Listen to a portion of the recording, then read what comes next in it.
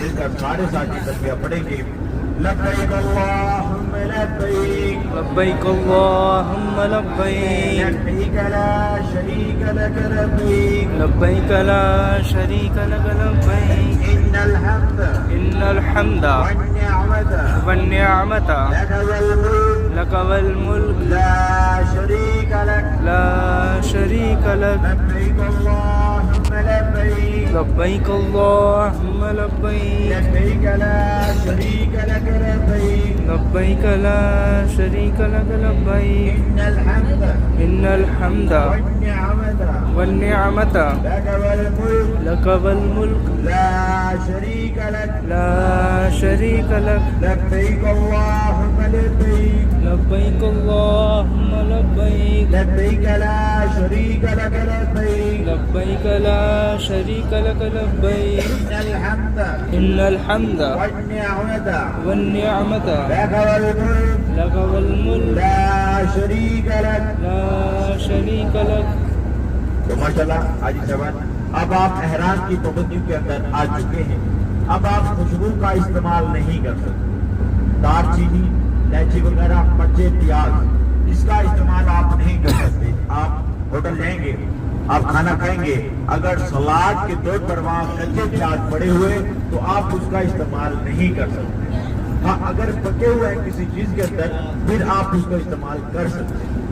بال نہیں کاٹ سکتے, بال نہیں کھینچ سکتے, ناخن نہیں کاٹ سکتے, سیلی ہوئی کوئی چیز نہیں پہن سکتے.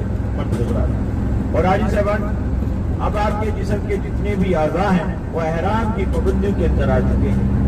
جیسے صابن جس کا استعمال بھی آپ نہیں کر سکتے کیونکہ کوئی ایسی آج کل صابن نہیں آ رہی جس میں خوشبو نہ ہو. صابن میں بھی خوشبو پائی جاتی ہے تو آپ صابن کا استعمال بھی نہیں کر سکتے. شیمپو کا استعمال بھی آپ نہیں کر سکتے. اور خارش ہلکی پھلکی کر سکتے ہیں, اتنی نہیں کر سکتے کہ خود بہنا شروع ہو جائے. کوئی پتا نہیں توڑ سکتے, ٹہنی نہیں توڑ سکتے. یہ بات چوری وغیرہ آنکھوں کا دیکھنا ہے. آج کے جسم کے جتنے بھی اعضاء ہیں وہ اب احرام کی پابندیوں کے اندر آ چکے ہیں. موبائل فون یعنی کہ واٹس ایپ, فیس بک, ٹویٹر, انسٹاگرام اس کا استعمال کرتے ہیں تو اس چیز سے بھی دام لازمی ہو جاتا ہے. دام کوئی مذاق نہیں, اگر ہو جائے تو حدود حرم کے اندر بکرے کو ذبح کرنا ہوتا ہے. یہ لازمی دینا ہوتا ہے حدود حرم کے اندر بکرا. یعنی کہ آپ کال کر سکتے ہیں, کال سن سکتے ہیں, لیکن موبائل فون کا استعمال, واٹس ایپ, ٹویٹر, انسٹاگرام کا استعمال آپ نے, کیونکہ یہ آپ کے اب اسکرول کرنا ہے, آپ نے اوپر نیچے چیزیں کرنی ہے, وہ آنکھوں کے سامنے آ جانی ہے تو پھر اس چیز پر بھی دام لازمی ہو جاتا ہے. تو اس چیز کا خیال کرنا ہے. گاڑی سے اگر آپ بیڑی کا استعمال کرتے ہیں, تمباکو وغیرہ کا استعمال کرتے ہیں تو نامناسب عمل ہے, اچھا عمل نہیں ہے. کرنا چاہیں کر سکتے ہیں, مکروہ عمل ہے, نامناسب عمل ہے. اگر نہیں رہ سکتے تو آپ کر سکتے ہیں استعمال. لیکن میرا مشورہ یہی ہے کہ اللہ تعالیٰ کی راہ میں یہ وقت وقف کریں. 4-5 گھنٹے اہم ہیں, بعد میں آپ استعمال کر لیں.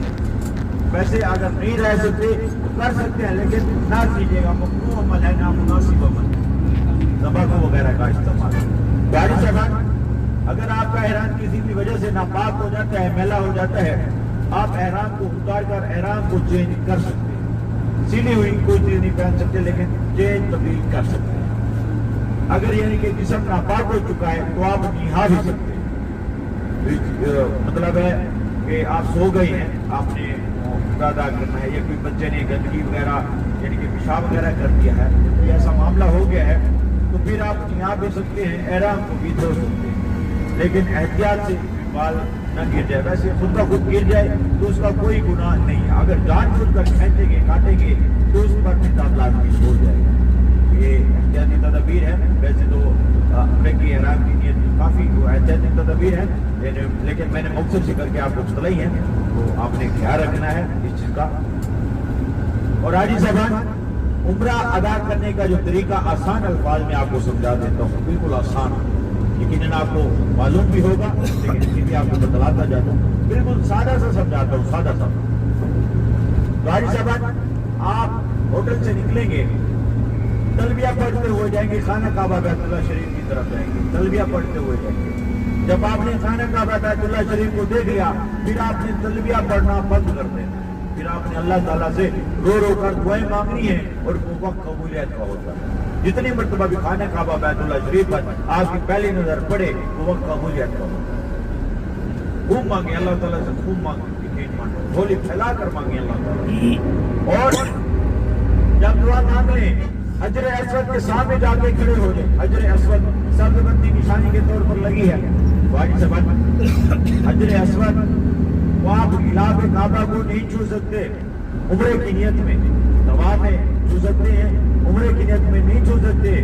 تو پیارے نبی نے فرمایا حضرت عمر رضی اللہ تعالیٰ عنہ سے, عمر حجر اسود کے بوسے پہ جا کے جھگڑا نہ کرنا, اگر آسانی سے جگہ مل جائے تو لے لینا, ورنہ دور سے ہاتھ کے اشارے سے کر دینا, یہ تمہارے حق میں سب سے زیادہ بہتر ہوگا.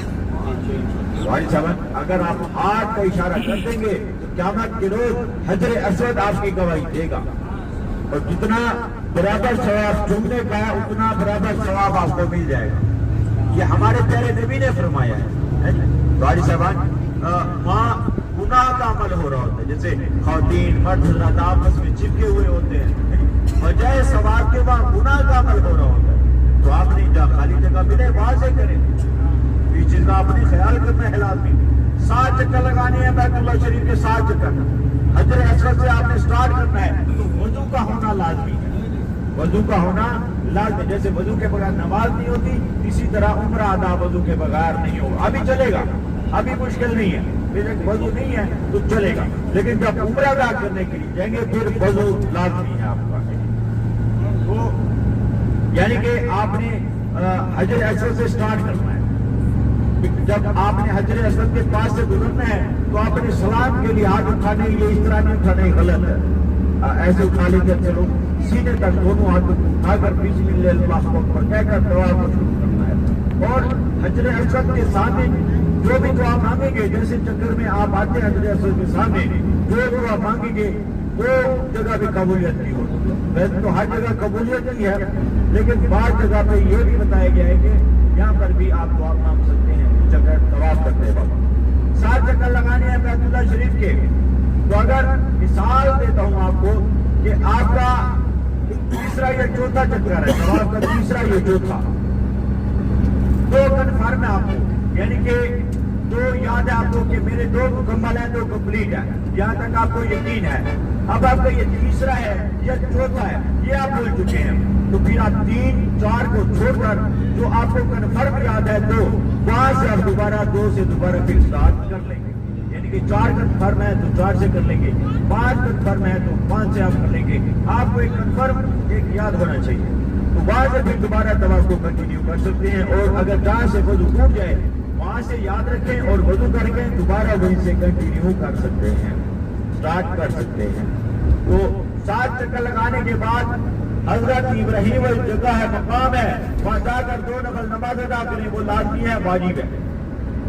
اس کے بعد زمزم پینے کے بعد صفا مروا کرنے کے لیے چلیں. صفا مروا کرنے کا طریقہ کچھ اس طرح سے ہے, یعنی کہ آسان الفاظ میں یہ بھی سمجھا دوں آپ کو.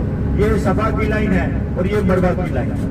صفا سے اسٹارٹ کریں گے تو صفا کی اینڈ تک پہنچیں گے, 1 چکر آپ کا یہ کمپلیٹ ہو گیا, 1 چکر, یہ گنتی کا 1 چکر ہے.